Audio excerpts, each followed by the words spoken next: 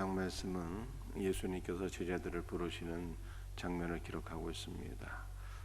베드로와 세베대의 두 아들 야고보와 요한 그리고 레위라고 하는 마태를 부르시는 장면 등이 기록되어 있습니다.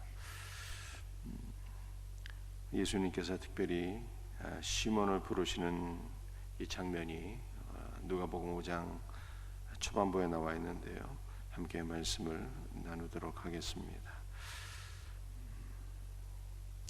1절부터 한번 읽어드리겠습니다. 무리가 몰려와서 하나님의 말씀을 들을새 예수는 게네사렛 호숫가에 서서, 여러분들 게네사렛 호수는 갈릴리 호수, 갈릴리 바다를 가리키는 것입니다. 이 호수가 너무 커서 마치 바다와 같이 커 보이지만 바다는 아니고 호수인데 갈릴리 호수라 말하기도 하고 게네사렛 호수다 이렇게 표현하기도 합니다. 호숫가에 배 두 척이 있는 것을 보시니 어부들은 배에서 나와서 그물을 씻는지라. 여러분들 이 그물 씻는 시간이 몇 시쯤 되었을까요? 베드로가 예수님을 만나서 이런 고백을 하죠. 선생님, 우리가 밤이 새도록 그물을 던졌지만 물고기를 한 마리도 잡지 못했습니다. 이렇게 표현을 합니다. 그래서 어부들은 주로 저녁 때 출항을 해서 밤새도록 물고기를 잡고 아침녘에 돌아와서 그물을 정리하고 수리하고 씻게 되는데, 이것이 또 그물을 정리하고 수리하고 씻는 시간이 한 2-5시간 정도 걸려요. 아침녘에 돌아와서 2-5시간 정리하고 그물 씻고 하게 되면 벌써 정오쯤이 되리라 이렇게 생각이 됩니다. 이러한 시점이 3절 말씀이죠. 예수께서 한 배에 오르시니 그 배는 시몬의 배라. 육지에서 조금 떼기를 청하시고 앉으사 배에서 무리를 가르치시더니, 예수님께서 한 배에 오르셨는데 그 배는 시몬 베드로의 배였습니다. 베드로가 밤새도록 물고기를 잡고 아침녘에 돌아와서 그물 정리하고 씻고 이제 집에 돌아가서 쉬어야 될 그 시점에 예수님께서 시몬의 배에 오르시고 해변가에서 배를 살짝 띄워서 해변가에 모여있는, 호숫가에 모여있는 사람들을 향해서 말씀을 가르치셨다 이렇게 지금 말씀하고 있는 것입니다. 4절 말씀이죠. 말씀을 마치시고 시몬에게 이르시되 깊은 데로 가서 그물을 내려 고기를 잡으라. 5절 시몬이 대답하여 이르되 선생님, 우리들이 밤이 새도록 수고하였으되 잡은 것이 없지만은 말씀에 의지하여 내가 그물을 내리리이다. 예수님께서 말씀을 마치시고 시몬에게 명령하시죠. 너는 깊은 데로 가서 그물을 내려서 고기를 잡으라. 그런데 시몬 베드로가 주님의 말씀에 순종합니다. 내가 밤새도록 고기를 잡은 것이 한 마리도 없지만 말씀에 의지하여서 내가 그물을 내리겠습니다. 이렇게 고백을 해요. 여러분들, 예수님은 어떤 분입니까? 예수님은 하나님의 아들이시지만 사람들이 볼 때는요 목수의 아들이에요. 그러니까 예수님은 물고기 잡이와는 전혀 상관이 없는 분이에요. 잡이 목수다 이 말이에요. 목수. 예수님의 육신의 아버지 요셉은 일찍 죽었어요. 교회에서 전승에 보게 되면. 그래서 예수님이 공생애를 시작하시기 전까지는 아버지의 가업을 물려받아서 목수의 잡을 가지고 모친, 육신의 모친 마리아와 또 동생들의 생계를 부양한 것입니다. 그 예수님은 목수 일에는 전문가이셨지만 물고기 잡이와는 아무런 상관이 없는 그러한 분이었어요. 반면에 베드로는 어떠한 잡을 가지고 있습니까? 베드로는요, 물고기가 잡이에요. 물고기 잡는 어부입니다. 그러니까 청년 목수가 어부에게 당신 깊은 데로 가서 그물을 내리면 물고기 잡을 수 있겠다 이렇게 얘기했을 때 이것이 얼마나 가당치 않은 얘기가 되겠습니까? 야, 물고기 잡는 데는 내가 선수야. 너는 물고기에 대해서 뭘 안다고 나한테 훈계질이냐 이렇게 생각할 수가 있겠죠. 그런데 시몬 베드로의 반응은 달랐어요. 말씀에 의지해서 내가 그물을 내린다고 했습니다. 여러분도 왜 이러한 고백을 하게 된 것입니까? 예수님께서 베드로에게 말씀하시기 전에 베드로의 배에 올라서 해변에서 배를 살짝 뛰게 하시고 그 시몬의 배에서 해변가에 몰려든 사람들에게 말씀을 전하고 가르치셨어요. 그러니까 시몬은요, 꼼짝하지 못하고 예수님 바로 옆에서 말씀을 들을 수밖에 없었어요. 말씀을 듣고 난 시몬이 믿음이 생긴 것입니다. 주님의 말씀을 들었더니 은혜를 받게 되었고 말씀을 통해서 믿음을 갖게 되었다는 뜻입니다. 말씀을 통해서 믿음을 갖게 된 시몬 베드로가 주님의 말씀에 순종한 거예요. 여러분들 이 시몬이라고 하는 이름의 뜻 자체가 듣다라고 하는 거예요. 듣다. 시몬이 주님의 말씀을 잘 들었더니 은혜를 받고 그가 믿음의 사람이 되었는데요, 믿음의 사람이 순종의 자리까지 나간 거예요. 내가 말씀에 의지해서 그물을 내리겠습니다. 밤새도록 물고기 잡았지만 한 마리도 잡지 못했는데 그러나 주님의 말씀에 의지해서 내가 그물을 내리겠습니다. 이렇게 고백을 한 것입니다. 여러분들 참 믿음은 어디서 오는 거예요? 듣는 데서 오는 거예요. 듣는 데서.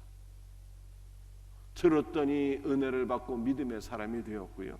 그런데 그 믿음이 참된 믿음이냐는 어떻게 입증이 되는 것입니까? 믿음의 진실성을 입증하는 것은요, 순종이라. 순종.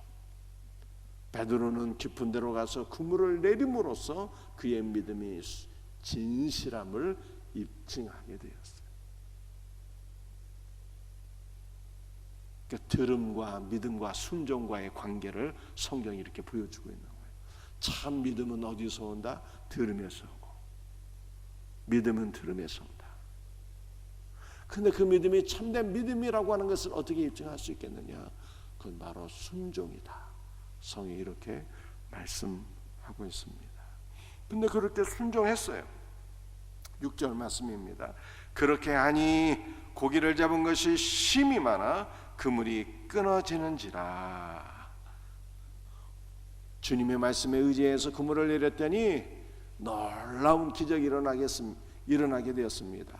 밤새도록 수고했을 때는 한 마리도 잡지 못했는데 예수님의 말씀에 의지해서 순종의 마음으로 그물을 내렸더니 그물이 찢어질 정도로 많은 물고기를 잡게 되었습니다.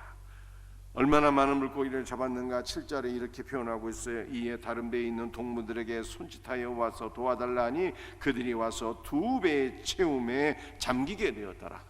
2배 가득 차게 될 정도로 많은 물고기를 잡게 되었어요. 또 한 배는 누구의 배였습니까? 오늘 본문 말씀을 보니까 세베대의 두 아들 요한과 야곱의 배였더라. 이렇게 말씀하고 있습니다.